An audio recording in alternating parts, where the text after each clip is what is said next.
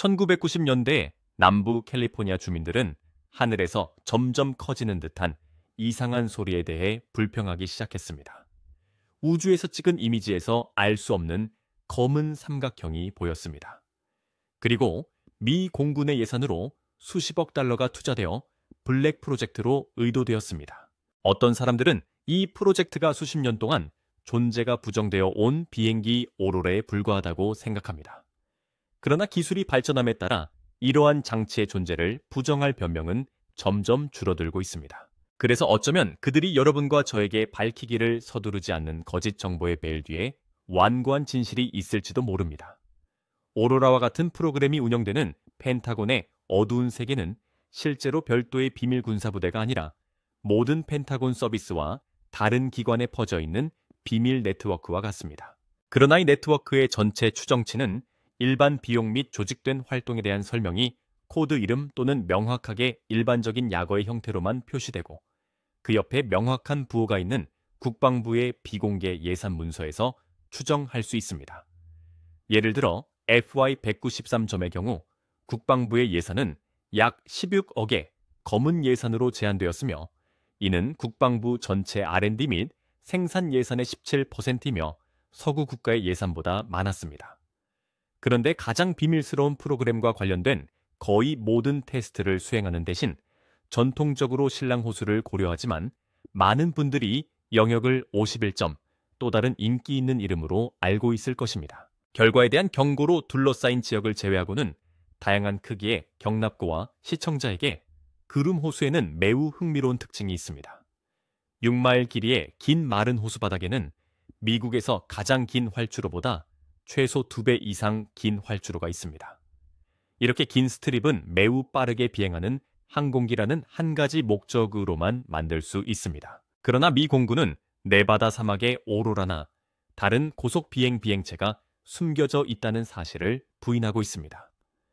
SR-71 블랙버드 장교로 전역한 지 약 1년 반이 지난 6월 1990일 어느 날 아침 남부 캘리포니아 분지에서 매우 큰 소리가 났는데 그 소리가 너무 커서 지역 주민들이 지진에 대한 두려움을 느끼기 시작했어요. 지진 전문가들은 즉각 자연현상이 아니라고 단언했고 6월 1990일에 갑작스러운 소음과 잠시 후 10월 1991과 6월 1990일 사이의 소음은 시속 3사 또는 2.0 마일의 속도로 비행하던 미상의 비행체 때문이라고 했기 때문에 지진 전문가들이 우주선보다 덜 느꼈을 가능성이 있다고 했다. 첫째 셔틀이 재진입하는 동안 매우 빠르게 비행하고 둘째 그날 셔틀이 착륙하지 않았습니다.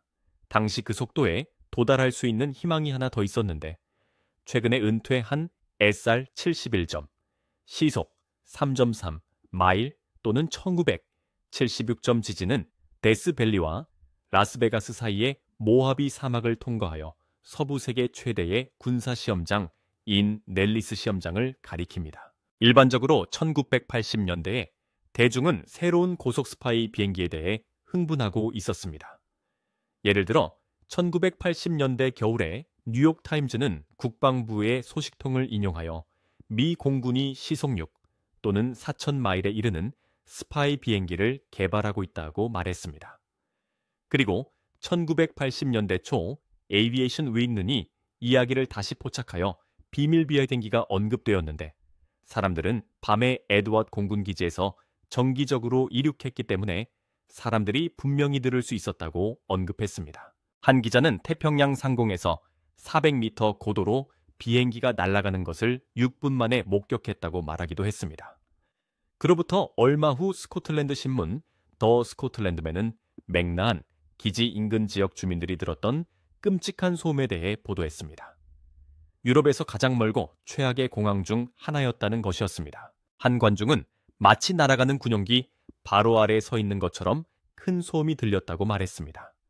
맥라한은 북대서양을 순항하는 대형 CO 및 해상 감시 항공기가 주로 사용하는 가장 조용한 장소 중 하나로 간주되었지만 1986점에서는 스파이 비행기 인 F-17 나이트 호크와도 관련이 있었습니다. 같은 해 1992 점 텍사스 아마릴로에서 이상한 표지판이 보였고 관중들은 줄에 도넛을 매달아 말했고 며칠 후 맥라한 근처에서도 그러한 표지판이 보였습니다. 이제 몇 년 전으로 돌아가 보겠습니다.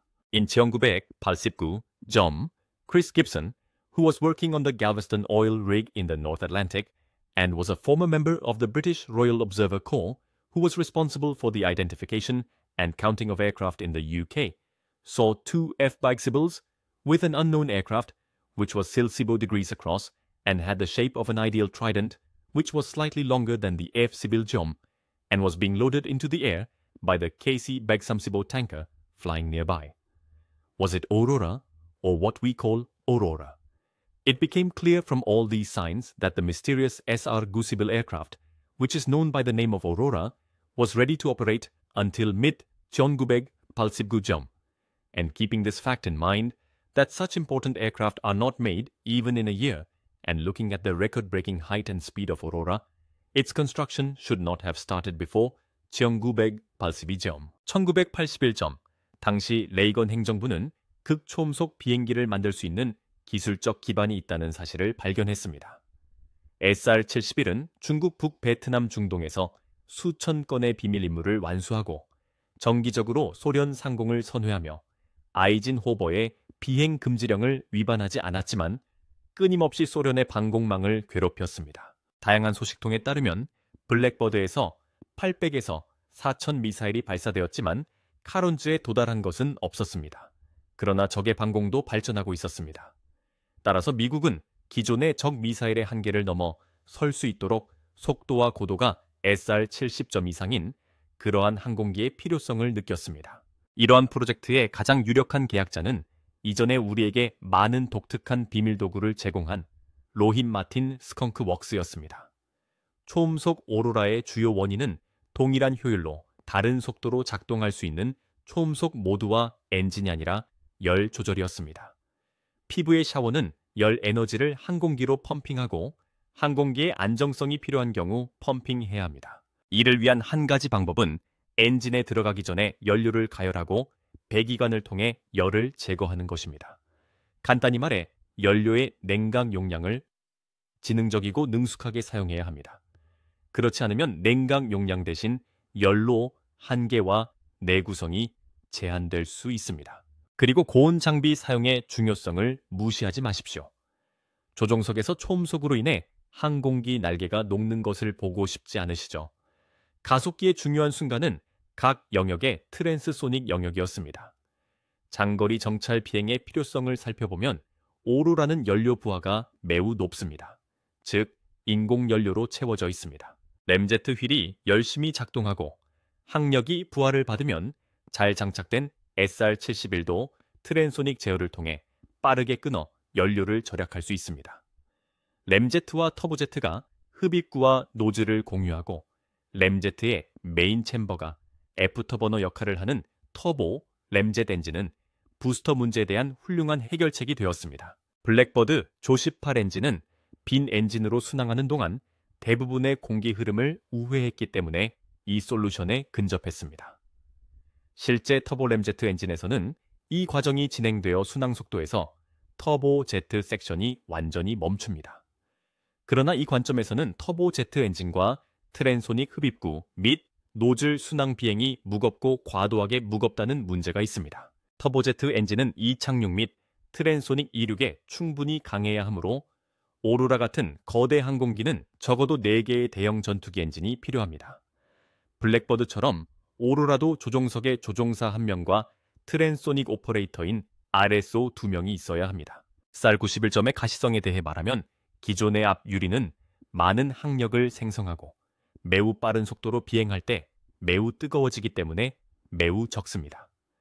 반면에 초당일 마일 이상의 속도로 갈 때 가시성은 무엇을 의미합니까? 조종사의 눈이 무언가를 볼 수 있을 때는 아무것도 하기에는 너무 늦습니다. 대신 조종사의 임무가 영향을 받고 비행기와 시스템을 모니터링하고 비행 경로가 대형 디스플레이에 표시되며 가장 중요한 임무는 비상 상황에 대처하는 것입니다. 예를 들어 목표 지역이든 급유 지역이든 상공의 기온의 차이가 있고 비행 시스템에 문제가 있을 수 있습니다. RSO는 센서 레이더 및 스파이 장비를 담당합니다. 시간이 지남에 따라 오로라의 이름은 신화가 되었습니다. 2017점 스컹크웍스의 CEO 인럽 와인은 초음속 연구 프로젝트의 존재를 확인하면서 기술이 성숙했으며 현재 팀이 초음속 항공기를 발사하기 위해 노력하고 있다고 말했습니다.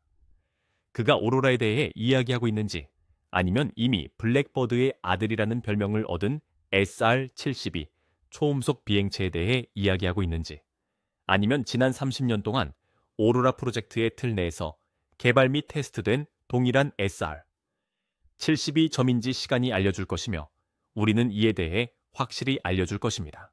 SR-72 1990년대 세계 각지의 관객들을 놀라게 했던 미스터리 오로라라고 생각하시나요? 아래 댓글로 여러분의 의견을 공유해주세요. 그리고 영상이 마음에 드셨다면 좋아요를 누르고 채널을 구독하고 오늘처럼 더 많은 콘텐츠를 위해 알림벨을 눌러주세요. 시청해주셔서 감사드리며 다음에 또 찾아뵙겠습니다.